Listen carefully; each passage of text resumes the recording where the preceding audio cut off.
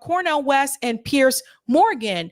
Piers Morgan has been taking a lot of punches this week. I think he just likes being a punching bag when it comes to Israel and Gaza. This time he actually interviewed Cornel West and a pro-Israel supporter about the war and what is happening there. Let's go ahead and get into that. This is an interesting conversation. Welcome back to Uncensored. Hamas says the death toll in Gaza has now surpassed 20,000 people, with nearly 2 million others displaced from their often destroyed homes. Notice what he did there. Watch what he said. Watch what he said about who says what the death toll is. Watch this. Uncensored. Hamas says the death toll in Gaza has now surpassed 20,000 people, with nearly 2 million. He said Hamas says. He's doing that on purpose, though, by the way. And others displaced from their often destroyed homes, or calls for a permanent ceasefire are growing ever louder. But in a defiant speech today, Benjamin Netanyahu said Israel will not stop. מי שחושב שנעצור, פשוט לא מחובר למציאות. לא נפסיק את הלחימה עד להשגת כל המטרות שהצבנו. חיסול החמאס, שחרור חטופינו, והסרת האיום מעזה. Well, should the US now back calls for a ceasefire, and could Israel face sanctions for the scale of its response on October the 7th? Joining to discuss this is the independent presidential candidate, Dr. Cornel West, and international law expert, Eugene Kontorovich. Welcome to both of you. Cornel West, great to have you back on the program. Let me ask you, first of all, Benjamin Netanyahu tonight, very unequivocal. Israel will keep fighting Hamas until they are eradicated, which means there's going to be months and months more of what we've been seeing. What is your response to that? Well, as you know, I've called for Netanyahu and the IDF to be brought before the ICC, the International Criminal Court, Article 6, 7, and 8, crime of genocide, crime against humanity, and war crime. And what I mean by that is we need to live in a world in which we fundamentally believe that Palestinian suffering has the same value as Jewish suffering. Jewish suffering has the same value as Palestinian suffering. If this were a Palestinian occupation and domination, a Palestinian genocide against Jews, in which there were nearly 8,000 precious Jewish babies killed in 50 days, we'd have a qualitatively different discussion, qualitatively different response. Yep. And I believe Biden, Harris, Austin, we can go right down the line, Kirby, Blinken, they are complicitous with Israel's war crimes against the Palestinians. Has Hamas committed war crimes? Absolutely, they've committed war crimes, but not crimes of genocide. And when Netanyahu invokes Amalek, 1 Samuel 15:3, in the biblical text, and I speak as a Christian, I know the difference between those divine sanctioned genocidal commands, kill every woman, kill every child, in order to procure our end. He's invoked a number of times. October 28th, he's invoked Amalek. That's genocidal intent. Yep. And this genocidal attack flowing from that intent. We have to have a moral consistency across the board. Every baby, no matter who they are, have the same value. Let's pause here for a second. There's something I want to add. Dr. West is right when he says that if it were the other way around, if it was Hamas doing this to Israel at this point in time, and it was Israeli civilians, over 20,000 Israeli civilians that would, first of all, would never even have gotten to that point. It would have never even reached that point. The U.S. government would have intervened. They would have done everything that they could to help people in Israel, right? Do you think Joe Biden would stand there right now and not say anything and just, I'm just going to ignore these protesters outside? No, the U.S. government, Hakeem Jeffries, Richie Torres, Joe Biden, all the congressmen and women and president that take so much money from the Israeli lobby, they would raise Cain. They would do everything that they could to save the Israeli civilians. But when it comes to the Palestinian civilians, they're like, well, Israel says they're doing whatever they can to prevent civilian casualties, which is a blatant lie. And Biden knows that. And all the members of Congress know that. But they're all bought. That's the problem. They're bought and paid for. But we would never just sit back and say that this is okay if it were the other way around? Go to Eugene then. Your response to that. I mean, you'll be aware, Eugene, that much of the world is now watching with horror the scale of Israel's response. And when they hear Netanyahu saying this isn't going to stop until we've got rid of all of Hamas, and at best estimates, they've only killed 6,000 to 7,000 Hamas terrorists, and that's just if you take IDF's word for it. That means that 80% of Hamas has not been eliminated yet. How many civilians are going to get killed in the next few months or even years before Hamas is eradicated? And how, in the end, does that help either peace in the region, or how does it stop just massive escalation and radicalization against Israel? So how many civilians will die is largely a function of Hamas's decisions, because Hamas has a specific strategy of trying to kill as many Israeli civilians as they can, as they did on October 7th, and trying to get as many of their own civilians killed, which they do by... Pause. If Hamas actually had a strategy to kill as many Israeli civilians as they could, don't you think they would have killed more than 1,200? Oh, that number keeps decreasing, right? Don't you think they would have? Do you see them killing Israeli citizens right now, civilians? Don't you think they would have killed more people? Hiding in tunnels under populated areas, basing themselves in schools, in hospitals. Their strategy is to roll up their civilian death toll, which at the same time, Israel does everything to limit. Israel is only targeting Hamas. Now, Hamas makes it difficult by hiding amongst civilians, and the deaths of those civilians are Hamas war crimes. This guy is blatantly lying, because if you're only targeting Hamas, the women that were shot that were leaving the church were not Hamas, obviously. They were shooting civilians wholesale. Think about what he just told you. He said they're in the tunnels under the schools and the hospitals. If you know they're in the tunnels, why are you bombing above the tunnel? If you know they're in the tunnels, why haven't you gone into the tunnels? Because their plan is not really to take out Hamas. The plan is to kill all the people and to wipe them out. That's why. This makes no fucking sense. I don't really understand how anyone can sit here and listen to this and not even push back on it just even a little bit. Use your brain. If I know that you are hiding in a tunnel, think about this. If you tell me, I know that you're hiding at Chick-fil-A, I'm not going to go to Burger King. That makes no sense. They knew bin Laden was hiding in tunnels. They went into the tunnel. They're not trying to actively destroy Hamas. They're trying to wipe out the people, all of them. That includes the children. How many have they killed? When it comes to people that they've killed, how many of them have been civilians and how many of them have been Hamas? Obviously, they haven't weeded out Hamas.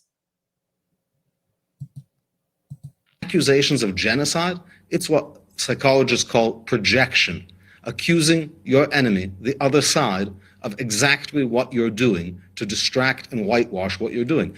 October 7th was a genocidal invasion of Israel, where Hamas invaded Israel, chopped up families in front of each other, burned people alive. And now Israel is responding more moderately than any country would.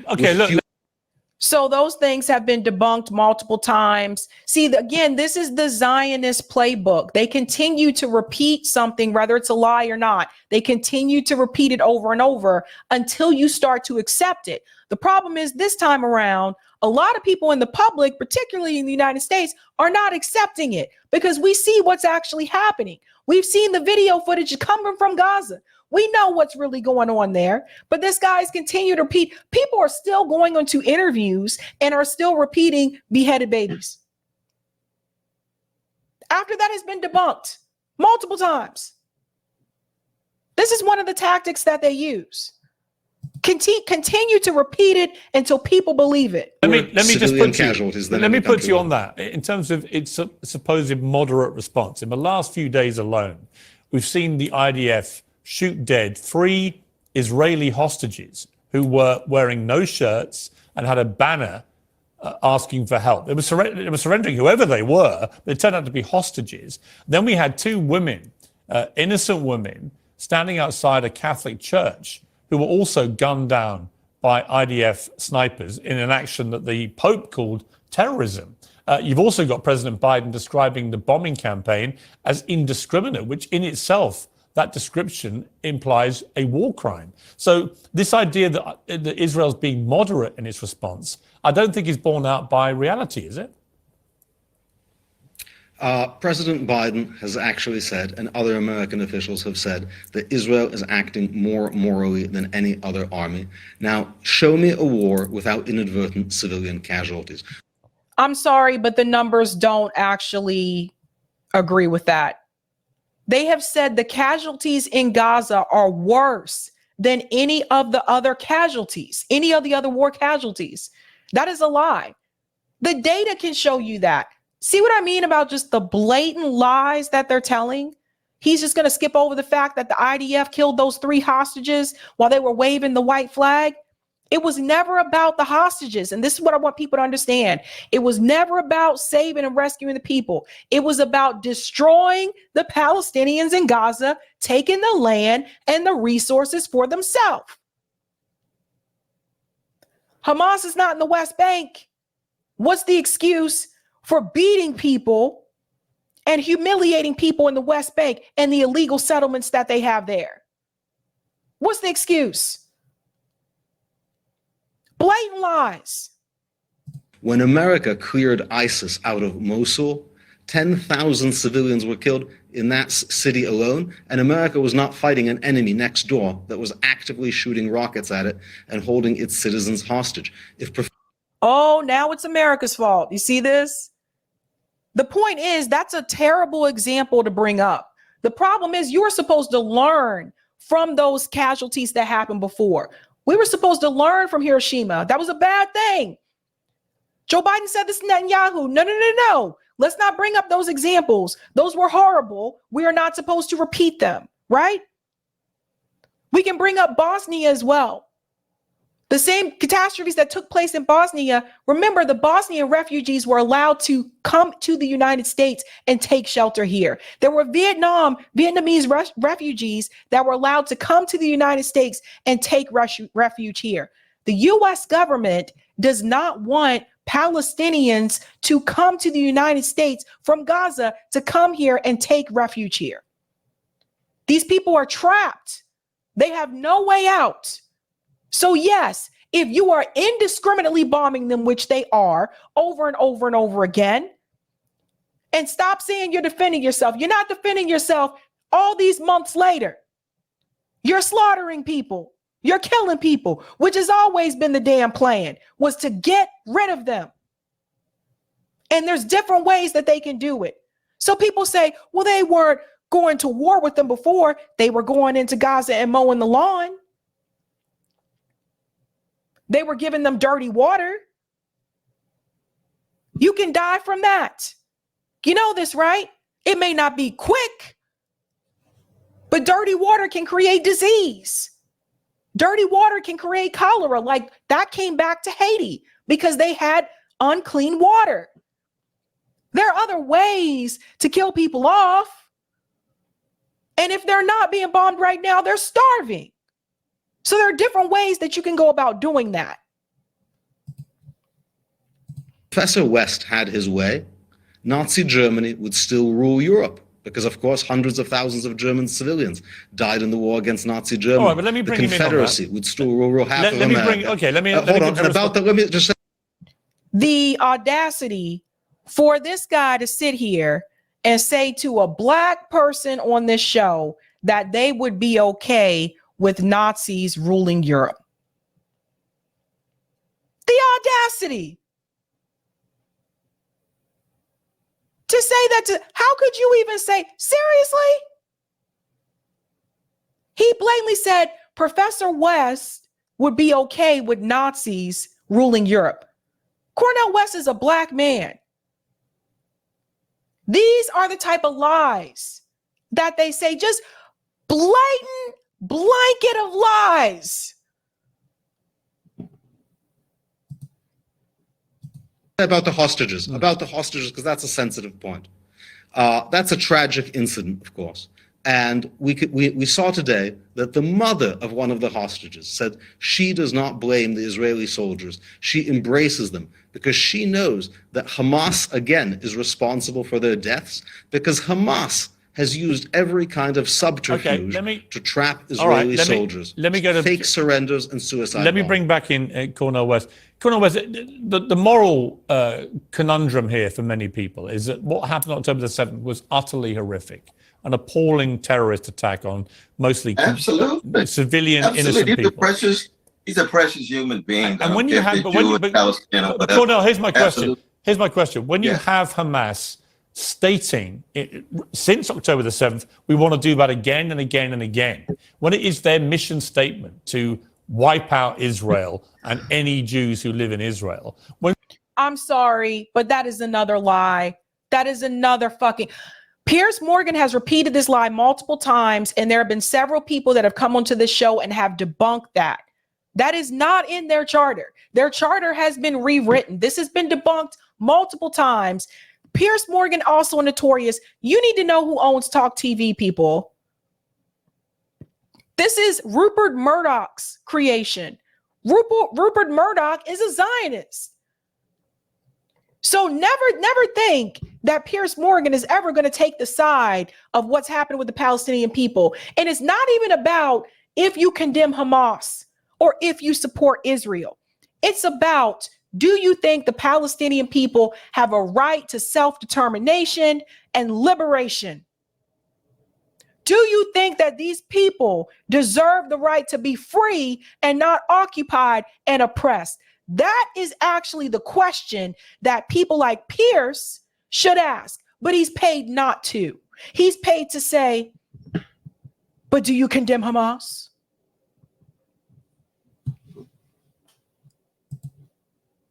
When we all can see and hear them say this with brazen impunity, what is Israel supposed to do other than try to remove Hamas?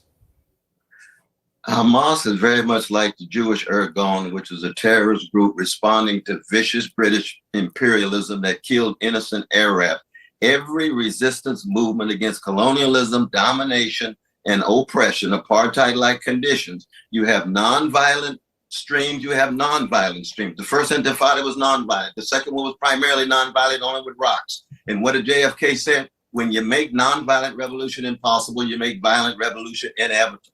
You had to, with the Jewish Irgun, there's always been terrorist expression. The problem is the IDF, which comes out of Jabotinsky, which was tied to the Jewish and terrorist history, and this is a part of Jewish history, is not all. There's been the Einsteins and the Albert Magnus and others who call for very different things. But when I hear my brother Eugene say they've only killed Hamas, they killed 2 Christian women in front of a church, a mother and a grandmother. You mean almost 8,000 children are being shielded by Hamas? Do you really believe the world is going to think that's serious? These justifications are as weak as pre-sweetened Kool-Aid when we see the massive suffering of precious Palestinians who are innocent. So this notion that somehow you can continue to put forward these lies, though, Brother Eugene, the world is no longer convinced. Okay, and you know this is true within the Jewish community. I've got to leave the debate. I'm sorry, we've run out of time. I've got to leave the debate there. It's an interesting debate. Passions run high on both sides. Thank you both very much for joining me. What was funny about this part is like Cornel West said what he said, and then he just sits back in the chair and starts rocking. That was funny because the reality is this. You have all of these children, over 8,000 children. So we're supposed to believe that Hamas is hiding behind all these kids? All these kids that have been killed? Really? I'm glad that he brought up the part that JFK said, because let's keep it real, people. When people do talk about Hamas, I think a part that's missing is that these are people that were born in a cage. They were born encaged, fenced in like cattle in one of the most densely populated areas in the world. Dirty water. Every now and then we turn off the electricity whenever we feel like it. Sorry if you're trying to operate on someone at the hospital. Not allowed freedom of movement. Do you know what it's like to be born in a cage? Born there. I'm not talking about people who have been to prison. Even people who have been to prison have lived outside of a cage. But you're born in it. What are you supposed to do? I don't like violence. I don't agree with violence. At the same time, why was it okay all these years for Israel to be violent against them? Where was the pushback then? Where was the condemning about what Israel was doing to the Palestinian people, Piers? All this time. Why did it take until October 7th for some of these pundits to actually start saying something for once? Some of the same people who told me this is not an important issue. And then the war started October 7th. All of a sudden, like, oh, whoa, this might be important. So the Palestinian lives weren't important until the war happened for you? All these years, they say nothing. They're silent. This is not an important issue because it's not happening to American people. But you thought it was important to protect Ukrainians. So what's the difference? When it came to Ukraine, I saw ads in front of the football games. Everybody was like, oh, we got to stand by. Oh, protect those precious. Gentlemen actually came onto the media and actually said, well, they're blonde hair and blue eyed. Read the textbook, people. Cornel West would be a threat to Joe Biden, particularly in Michigan. West threatens to peel off Arab American voters in Michigan. Cornel West is making a bold play for a key Biden constituency in a crucial swing state on an issue that's bitterly divided the Democratic Party. The independent candidate campaigned in Michigan this week to offer Arab American voters angry over the Israel-Hamas conflict a new political home in 2024. The day of the campaign trial began with West promising he would ask the International Criminal Court to investigate potential war crimes committed by the IDF in a press release. During multiple roundtable discussions, the university professor called Israel an apartheid state, and West accused the U.S. government of supporting a genocide of the Palestinian people. West threatens to peel off Arab American voters in Michigan, and Biden needs Michigan in order to win.